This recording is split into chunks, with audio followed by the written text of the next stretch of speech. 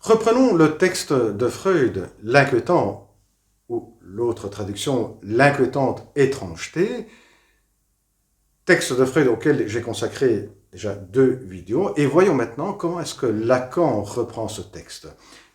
Pour Lacan, ce texte a autant d'importance que le mot d'esprit lorsqu'il lui a servi pour introduire le signifiant dans la pensée psychanalytique. Dans le séminaire sur l'angoisse, le texte de Freud sur l'inquiétant étrangeté devient un texte de référence, d'importance pour introduire l'angoisse. Comment est-ce que Lacan va reprendre ce texte? Eh bien, il reprend le fil conducteur de ce texte, qu'on peut résumer avec l'expression de Schlieling que Freud reprend lorsqu'il s'agit de proposer différentes significations au mot allemand Unheimlich, qui est ce qui était au départ familial, qui devait rester caché, qui devait rester secret, eh bien, apparaît de nouveau. Alors, pour Freud, on avait dit qu'il y avait deux versions de cela. Donc, une version où s'applique beaucoup mieux, beaucoup plus techniquement, plus précis, le mot refoulement, tout ce qui est refoulé, qui remonte à l'enfance, qui a été refoulé et qui est à nouveau sollicité et réapparaît de nouveau. L'autre est par rapport à tout ce qui a été surmonté, tout ce qui donc remonte à l'enfance, à l'expérience infantile, et qui a été surmonté en termes de croyance, eh bien, est à nouveau sollicité et apparaît de nouveau la possibilité de croire. Bon, Lacan reprend ce fil conducteur de ce qui est intime et apparaît à nouveau, n'est plus caché, apparaît sur la scène.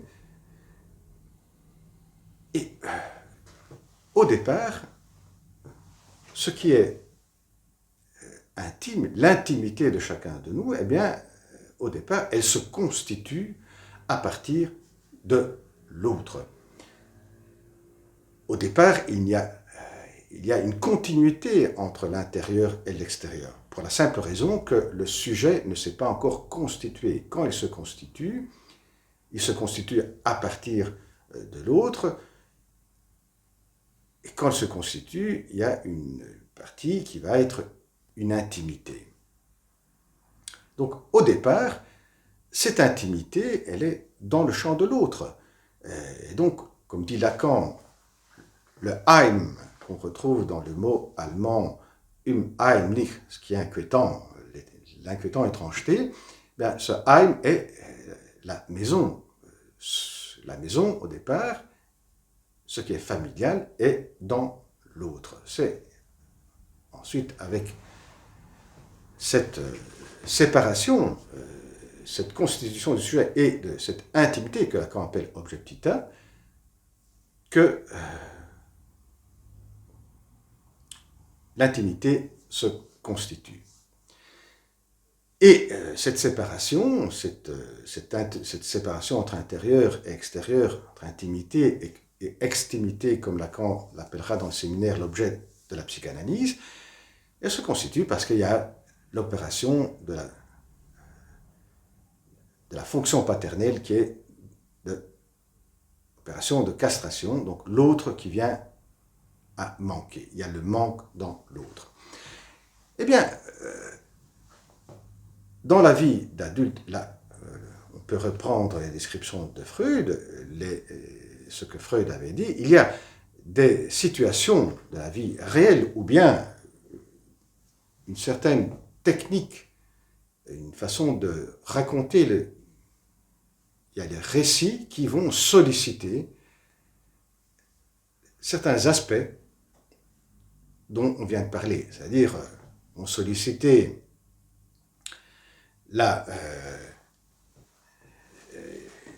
des situations où le manque dans l'autre vient à manquer, et l'autre il est plein, il n'y a plus un manque, où le moins fi ou la castration dans l'autre n'apparaît plus.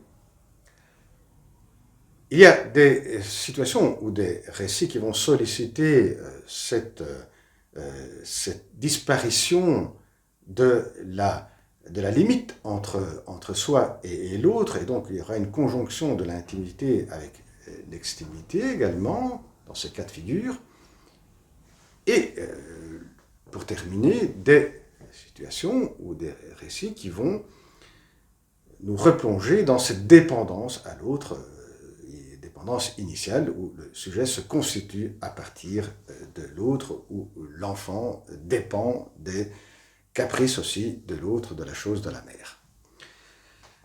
Et là, on peut reprendre dans l'ordre ce que Freud prend en compte. Premier, c'est L'homme au sable, le récit de Hoffmann, sur lequel Freud s'arrête pendant quelques pages. Pour Lacan, le moment où se crée l'inquiétant n'est pas tellement le moment où on entend le récit où les yeux sont arrachés, c'est plutôt lorsque Nathanaël, le protagoniste de ce récit, voit de l'autre côté du bâtiment, regarde la poupée Olympia et perçoit les yeux qui ont été pu arracher d'un enfant. C'est à ce moment-là, là où on devrait s'attendre à un manque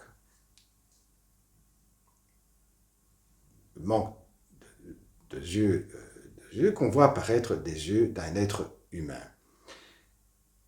Et pour Lacan, là, c'est l'objet petit a en question, c'est le regard qui nous est arraché et qui apparaît dans le champ de l'autre, et le champ de l'autre où devrait manquer, quelque chose ne manque pas. Et donc c'est le manque du manque qui provoque cette inquiétante étrangeté. Passons maintenant au deuxième aspect, qui est lorsque Freud va citer un autre récit de Hoffmann, les élixirs du diable. Et là, c'est du côté du moi, du dédoublement du moi, d'une permutation du moi.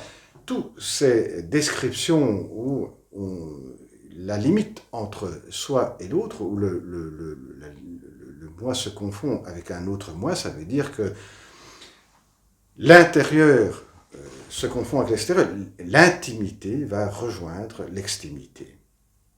Et là surgit cette inquiétante étrangeté. Et pour terminer, il y a, quand Freud va prendre en compte la répétition, que ce soit intentionnelle ou non intentionnelle.